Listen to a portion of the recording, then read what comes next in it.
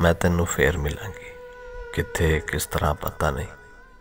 शायद तेरे तखयल दी छड़क बन के तेरे कैनवास ते उतरांगी, या होरे तेरे कैनवास ते उत्ते एक रहस्यमई लकीर बन के खामोश तैनू तकदी रहांगी, या होरे सूरज दी लौ बन के तेरे रंगां विच घुलांगी, या रंगां दियां बाहां विच बह के तेरे कैनवास नू वल्लांगी।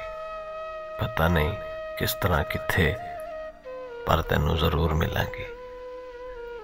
या होर एक चश्मा बनी होवांगी ते जिवें झरनियां दा पानी उड़दा मैं पानी दियां बूंदां तेरे पिंडे ते मल्लांगी, ते एक ठंडक जी बन के तेरी छाती ते नाल लगांगी। मैं होर कुछ नहीं जानती, पर इन्ना जानदी हां कि वक्त जो भी करेगा ये जन्म मेरे नाल टुरेगा।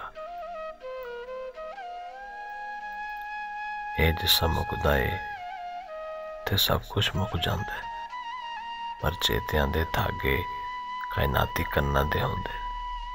मैं इन्हां कन्नां नू चुनांगी, धागियां नू वल्लांगी ते तैनू मैं फेर मिलांगी।